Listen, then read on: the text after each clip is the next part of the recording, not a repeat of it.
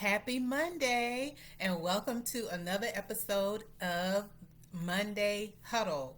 How are you today? And I hope that all is well with you. Hope that you've had a wonderful day.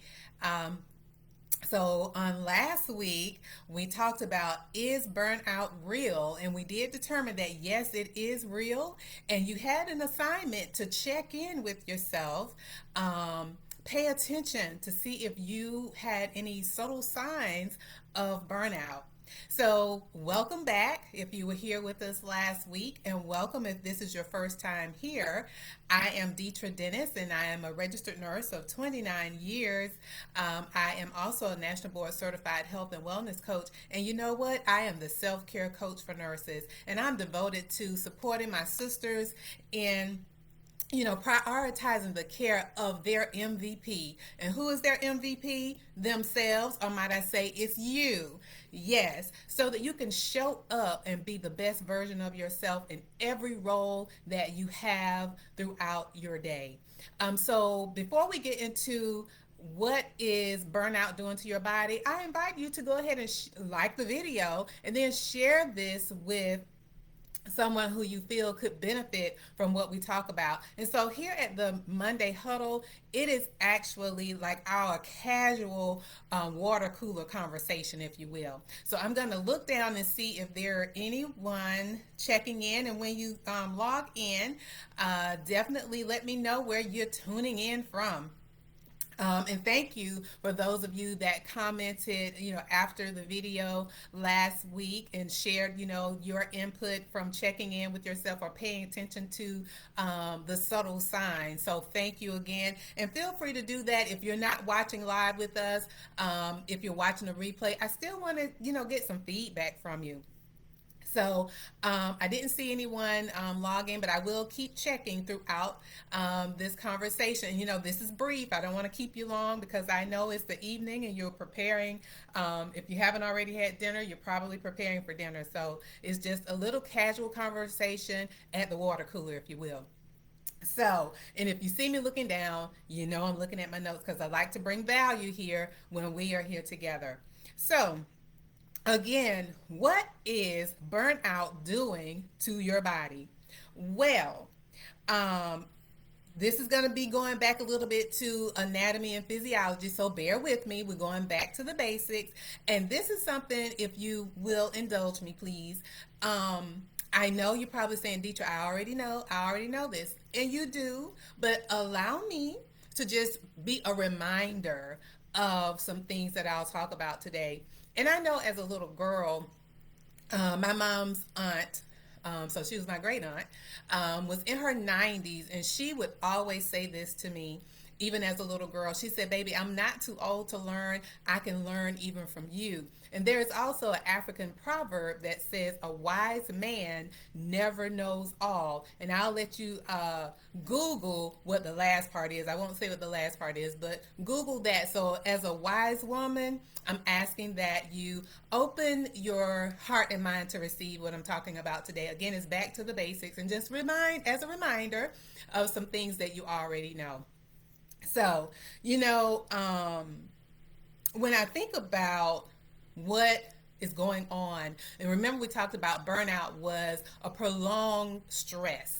And so when you have that chronic stress or prolonged stress, different things are going on in your body, as you know. So when you think about your muscles, you tend to have a lot of tension. Your shoulders might be up a little higher. You may have a headache.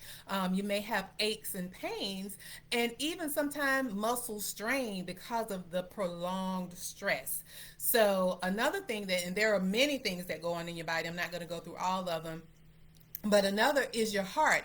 When you have prolonged stress, you may have heart palpitations or irregular rhythm, may have increased blood pressure, which increases the risk of stroke and heart attack. And now because the primary stress hormone, cortisol, what happens is it slows down your metabolism. And because of that, there's a possibility of weight gain, especially, the muffin top. And then it could be, like I said, the blood pressure could be increased in your blood sugar because the release of blood glucose in the bloodstream because of the prolonged stress, and many other things that go on with that. So I know you're saying, well, what can we do about it? I'm glad you asked. Is anyone commenting in? Okay, I don't see any comments right now.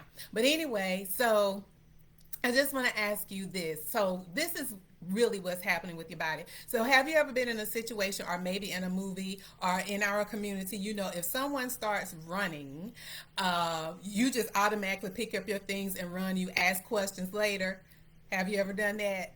So what is going on with your body is like, okay, so your body is saying, okay, so you want us to be in the stress mode all the time? Okay, well, this is what we're going to do. So it's like your body is on that hamster wheel going and going and going, with having that adrenaline rush, in a sense, going on with your body.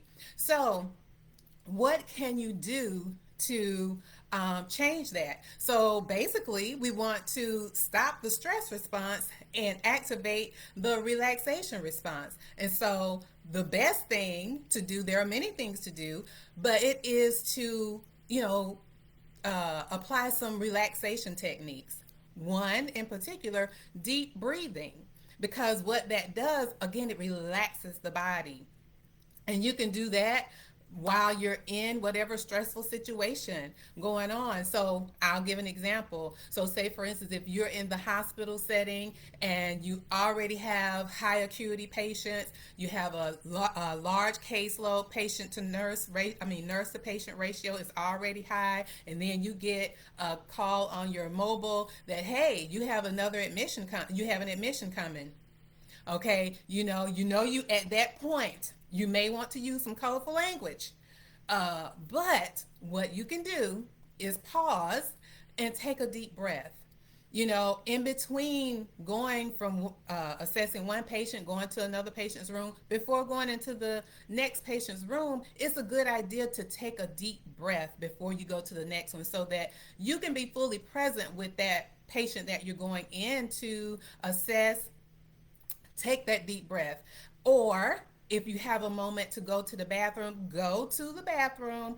And, if it means, saying a prayer, or if it means taking the deep breaths, or saying an affirmation, whatever you need to do to turn off that stress response. Because, things happen, and, some days are busier than others. So you can't control that, but you can control how you respond, or how the stressors affect you. So that is something that you can do to reduce that stress response. So, we don't want to continue to have that prolonged stress going on in our body. As I mentioned, just two things that happen, the muscle tension, or, having with your heart, beating irregular, or causing you to have high blood pressure, things of that nature. So I'm going to check again just to see if I see any comments or anyone. I don't see any. So I'll keep going. And so again, this is a brief time. And so after you continue to practice this over a period of time, you will be able to, remain calm, cool and collected, if you will, calm, cool, and collected when it comes to those stressful situations. And it will cause your mood to change. You'll have more joy, being able to turn off the stress response and turn on the relaxation response. So I am going to give you another task this week to consider. Again, share this video with someone who you feel could benefit from what I discussed. And then I want you to practice when you feel yourself in those subtle signs that you checked in with yourself on last week. When you feel that, pause and practice whatever relaxation technique that you would like, be it deep breathing, even if it's after your shift or working. What do you do? Do you turn on some music to help relax you? Do you yoga, any type of moving, be it walking, be it dancing, whatever it is to help switch off the stress response and turn on the relaxation response. So I would like to hear that from you throughout the week. What is that relaxation technique that you apply to help you in activating your relaxation response? So, I always like to end with a quote. So the quote today is, attention to the human body brings healing and regeneration. Through awareness of the body, we remember who we really are. So today, I'm just reminding you of who you are before you were a nurse, before you were mom, before you were whatever title, you were who you are. You are the woman wonderfully made by the creator. So just this was a reminder for you. So I'm going to check one more time before I end to see if anyone has checked in. All right, I see one like. Thank you very much for that. So again, tune in again next Monday for our next Monday huddle. It's a good one. I've already started preparing my, because again, I prepare before coming before you. I try to, really sit quiet and, understand and know what is maybe on your heart and mind to help you prioritize the MVP, your MVP, you. Okay, so I'm gonna check one more time, make sure no comments. All right, so I don't see any. So enjoy the rest of your day and have a wonderful week.